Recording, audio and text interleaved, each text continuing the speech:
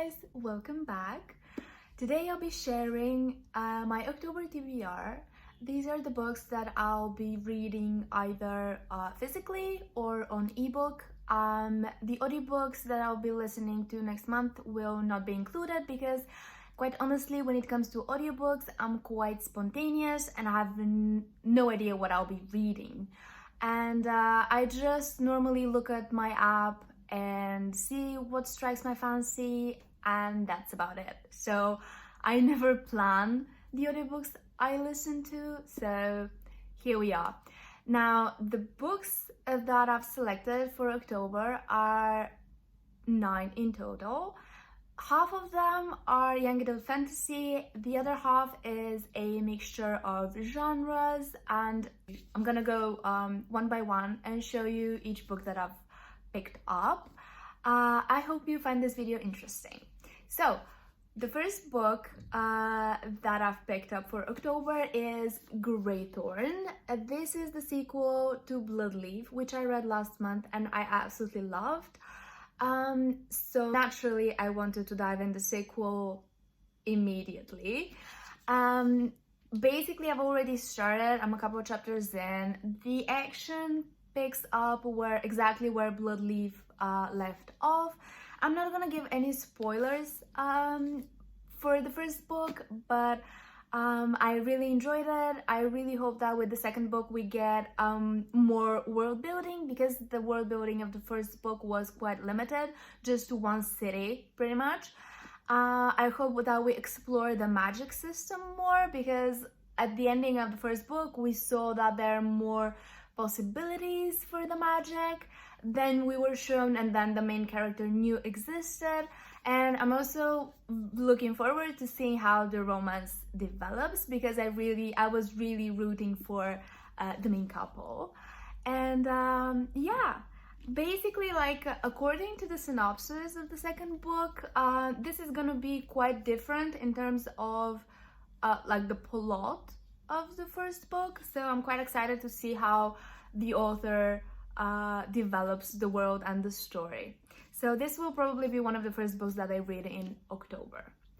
Next up, we have Shielded, which is one of the Fairy Loot books that they featured in, I think it was July. So this is, to be quite honest, I'm not sure what the story is gonna be about. I know that it's about a princess who's on her way to the neighboring kingdom because she is she has to enter an arranged marriage. However, somewhere like on her journey to that other kingdom, she gets ambushed, and I have no idea whether she goes there and whether like we actually go through with the arranged marriage, whether this like the whole book is based upon that trope, or whether like she doesn't even reach her destination and she does she goes on her journey from there. I have no idea, we're gonna see. But I'm super excited about it, because normally Fairy Loot, like, they include books which I really like. They don't like, so far the books that I've read from Fairy Loot have all been good. One has been a total favorite, but the rest have been good. They haven't been favorites, but they've all been good, and they're normally a pretty good time. They're not like deep and heavy, and no, that was wrong to say that they weren't deep, but like, I mean that the books that I've read from Fairy Loot weren't taxing in any way, like they were just a fun time. So I hope that this is what this is gonna be. And again, I'm super excited to pick this up, which is why it's in my October TBR. Next up, we have The Witch's Kiss, which is another book I got like this month, like last month or the month before that. Again, like with Shielded, I'm not really sure what this is about. I know it's about witches because the title, but like, if you've seen my other video with the book haul I did recently, I picked this book up because I loved this author duo's other book that I've read, and this trilogy is already finished, so I decided let's jump into it. Besides, I think that it's not gonna be a very hard book to read because it's not very long. It's like less than 400, okay, well, it's 400 pages, but like I don't think it's gonna be like very hard to follow or like very, I don't know what I'm trying to say, but my point is that I think that I'll fly through this. I just have this feeling. So I'll probably read this somewhere towards the middle of the month, or while I'm reading something that's heavier. We're just gonna see. But for this month, I've picked up mostly fun reads, and I think this is gonna be another fun read, just like Shielded. So super excited about this. Next up is a book that, if I have to admit, I read I read a little bit of when it came out, and I absolutely hated it. Like that, I think I read the first maybe couple chapters or something, and I hated it. And I decided I'm not gonna continue with this book. Even though my Goodreads and my Instagram, they were exploding. Like everyone and their grandmother was reading this book when it came out, and the sequel just came out last month, in September. And so now my feed is flooded with pictures of the sequel, and I gave in to peer pressure basically, so I picked From Blood and Ash again.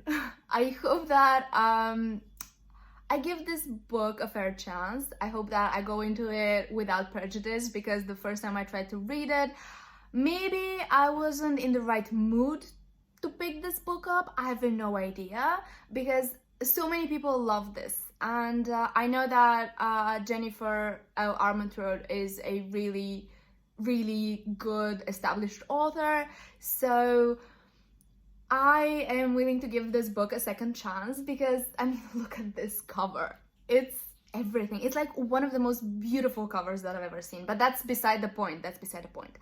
I just think that if so many people love it, maybe I should give this book another chance, because if I have to be honest, I just read a couple of chapters, and most of the times, like with 2 chapters, you can't really say anything definitive about a book. But yeah, and I didn't hate the writing or anything like that. It was just that the tropes that were in those first couple of chapters were tropes I don't particularly care about, and so I decided not to read it anymore. But now I'm quite committed actually to reading this book. So like I'm the most excited about reading this book out of all the other books on my October TBR, which is strange because I already DNF'd it once, so it's kind of weird, I know. But anyway, super excited about this one. So the next book that I have, I don't physically own. I mean, I should own it once my Illumicrate box arrives, but it's still not here. But that's A Deadly Education, and that's not a spoiler because Illumicrate themselves shared that this is the book that they were gonna be featuring in their September box. So I really plan on reading this as soon as it gets here, because it's one of my most anticipated releases of the year. Again, as I said, it's A Deadly Education by Naomi Novik. It's about a magical school, kind of like Hogwarts setting, and this is pretty much all I know about the book. Like we have a magical setting, and we have a main heroine who is like extremely powerful, but her powers are kind of deadly, and that's cool. If you fail your classes, you die. Like this is all I know about it, and it sounds amazing. So I'm definitely super excited about this book. I really cannot wait to receive my first Illumicrate box. I actually subscribed to Illumicrate only because of this book. So yeah, that's how excited I am about it. Okay, so next up, we have the Inheritance Games. Okay, so this book is about a girl who, like, from what I know, receives an inheritance from this person she's not related to, and his whole family is super surprised that none of them received, like, his fortune, and normally hate this girl, who they think has done them wrong.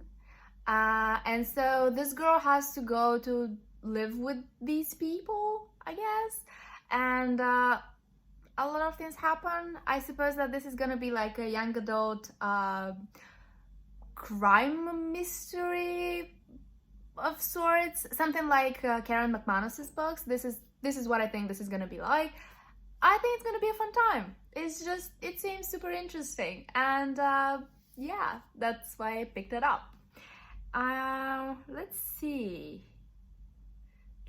Yeah, she has to go to the mansion she's inherited, and the family of the person who's left her all the money is there. They hate her. I suppose there's gonna be some romantic subplot. Who knows? We're gonna see. Super excited about this one. And another book that I don't physically have, I have the ebook because when I was looking for a physical copy, I couldn't find anything below £20, and I didn't want to pay £20 for it, and that's Mexican Gothic. I have heard nothing but great things about this book. It's a Gothic mystery set in the 1970s Mexico. That's pretty much all I know about it. This girl, Noemi, she goes to investigate her cousin's disappearance in Mexico, and she goes into this like mansion, which could be haunted or something. It's very, like, everyone says that the atmosphere is very Gothic, very spooky. So I think it's gonna be the perfect read for October. And again, like, all the reviews I've seen of this book are absolutely, like, brilliant. Everyone loves it, and I'm super excited to pick it up. I realize that I'm saying this for every single book on this list, and I'm repeating myself. I'm sorry. And finally, the final two books that I'm planning on reading in October are historical romances. I really want to get into more historical romances because I find them very entertaining. My problem with this genre is that I'm normally super invested in the first half of the book, if the book is good. And then once the characters realize that they've fallen for each other, I kind of lose interest because I'm there for the angst, and once there's no angst, I don't care anymore. So anyway, these books are both in the same series. They're obviously by the same author since they're in the same series, and they are The Madness of Lord Ian Mackenzie and Lady Isabella's Scandalous Marriage. These are Regency novels, I believe. I mean, they're definitely set in England, and they're definitely set in, I'd say, the 18th century. 19th century? Sorry, 19th century. Probably 19th century. Anyway, I'm super excited about these two historical romances. I really hope I enjoy them, and I really hope that the characters don't solve all their problems by the middle of the book, because then I'll be bored. I don't think they're too long. Like, the first one is like a little more than 300 pages, and the second one is 300 pages. So these are quite short. And again, I think that they're gonna be very fun reads, and that's it. That was everything on my October TBR. Thank you so much for watching, and please let me know what books you plan on reading in October, and I'll see you next time.